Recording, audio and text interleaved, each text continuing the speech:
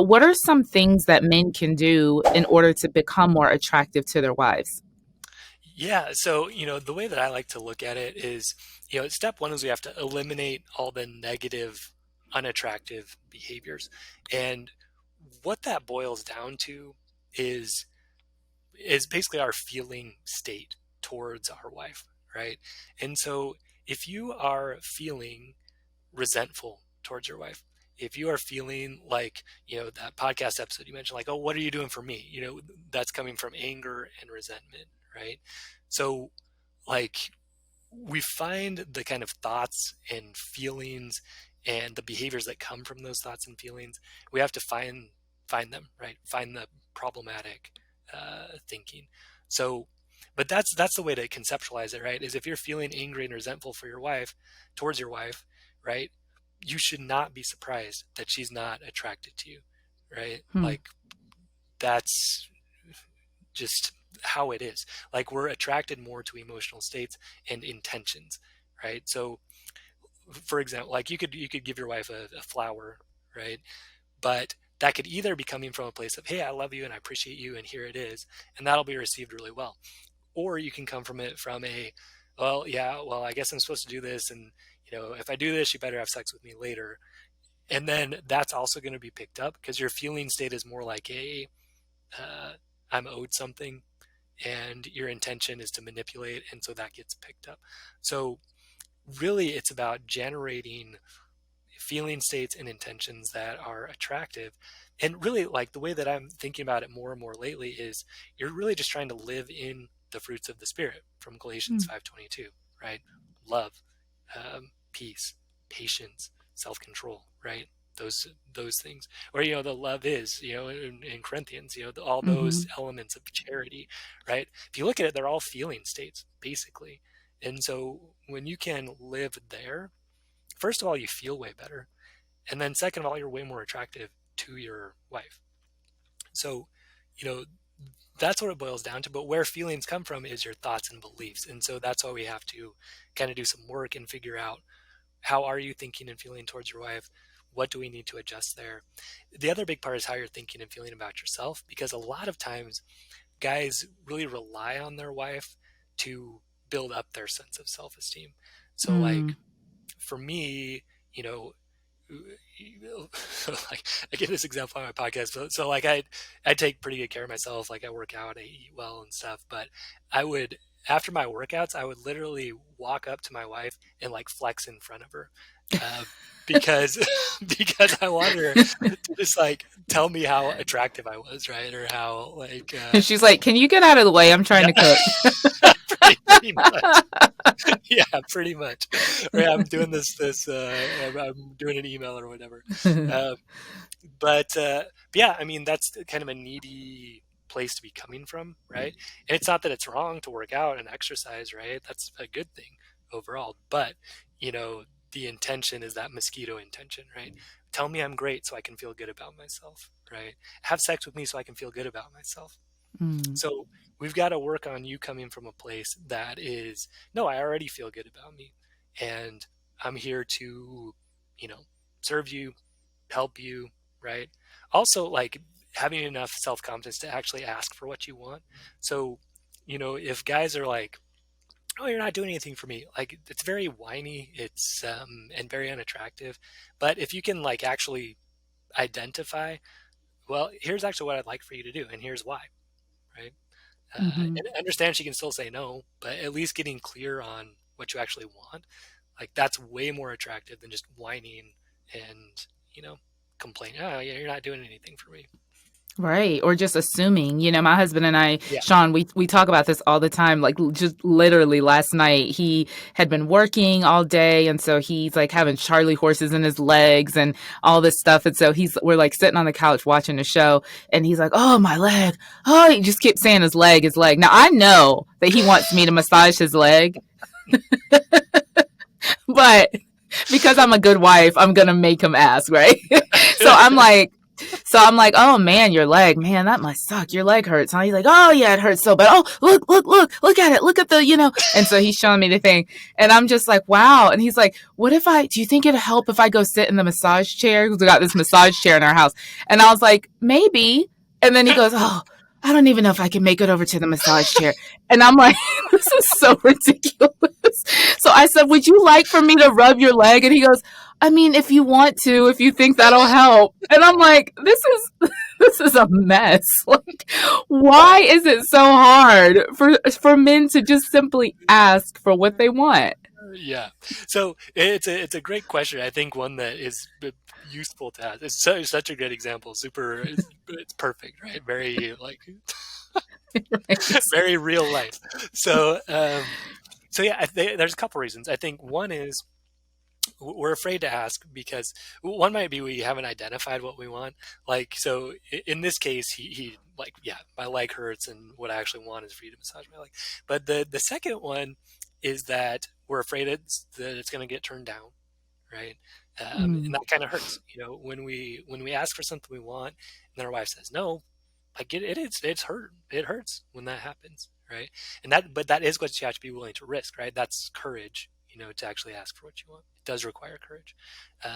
So yeah, we're kind of afraid they're going to say no, or what sounds like kind of what was happening here was like he's trying to control your emotions, right? mm, He's trying to not inconvenience you by asking you to do this, right? So, oh, I want her to be comfortable. It's going to kind of make her uncomfortable to give me a massage. So, I don't want to make her uncomfortable, so I don't want to ask. So he's kind of like basically taking on your emotions, which seems like a caring thing to do, but at the end of the day, it's not. It's actually still what I consider a one-up mentality, um, where you think, oh, like my wife can't decide for herself, right? She like I have to kind of manage that for her. Is really what's below the surface of I'm trying to be nice to her. What's actually below it is she can't decide for herself, so I have to kind of decide for her. So in your experience of all of it is this is really annoying and unattractive. Right? right, babyish.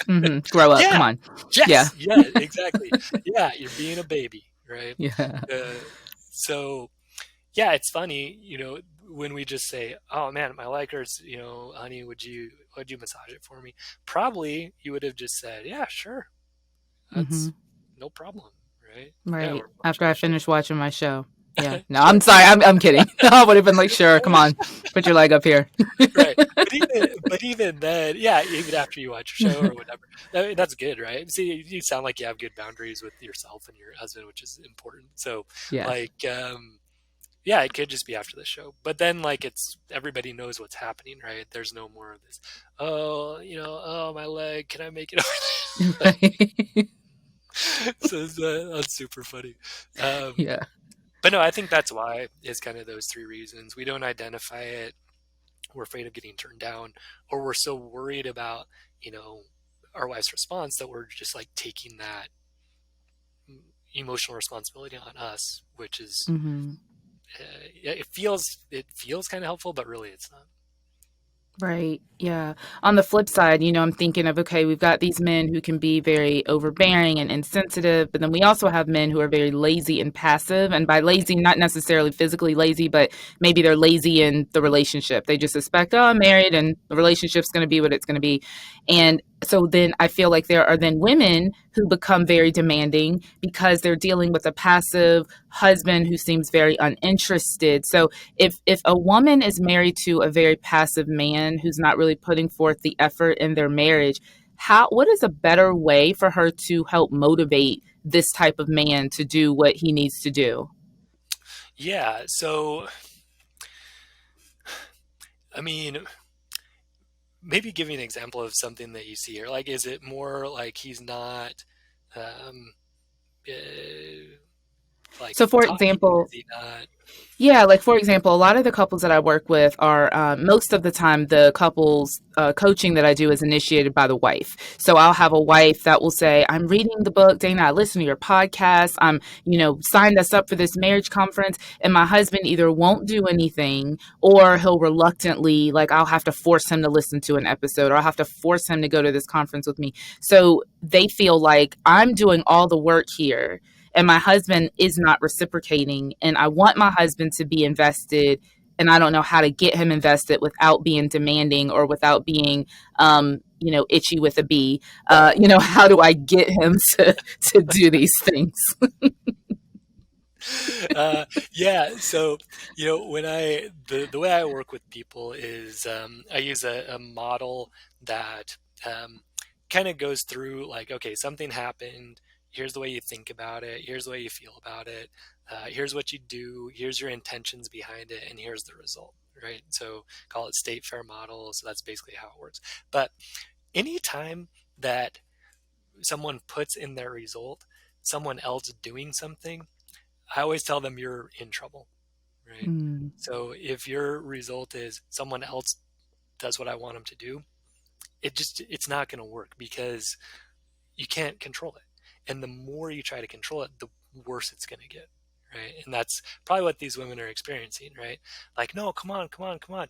And he just like pulls back even more. Not doing right.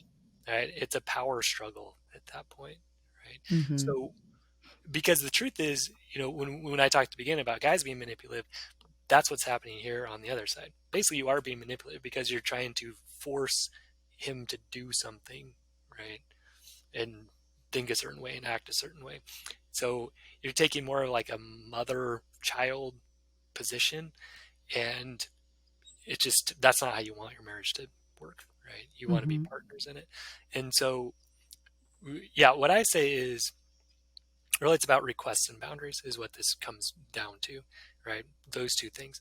So get clear on what you actually want from your husband first, because like a lot of women will say, oh, I want my husband to go to therapy, or I want to go to this conference, but they actually don't want the conference. They want their husband to do something, right? Right. They want the outcome of what they think the conference is going to provide. Exactly, yeah. Hmm. So actually getting clear on that, right?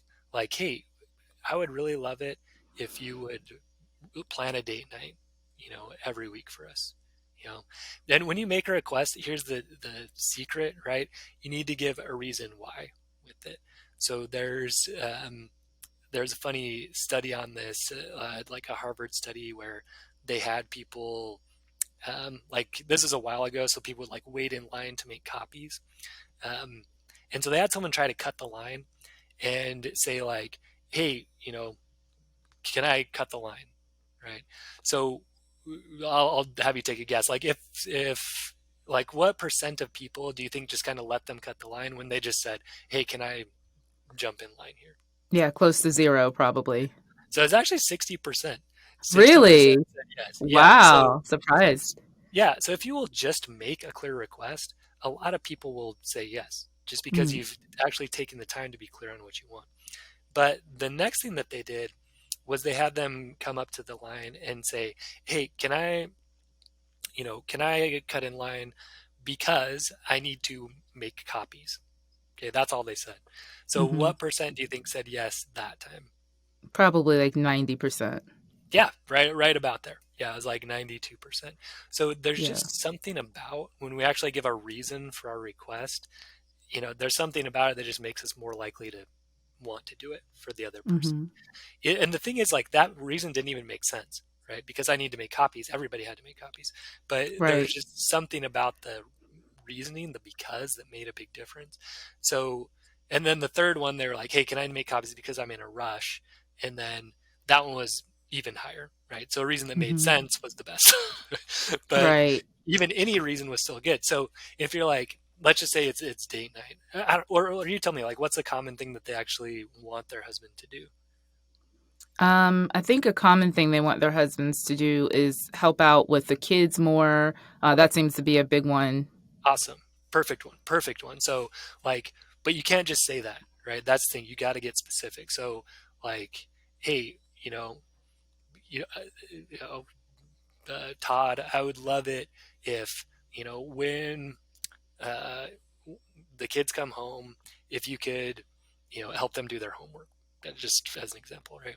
Because I think that would be a really good way for you guys to connect. It also gives me time to kind of relax or make dinner or whatever else. Would you be willing to do that for me? Mm. So when you come at it like that, like, what are the chances he's going to say yes to that? Yeah, higher, much higher.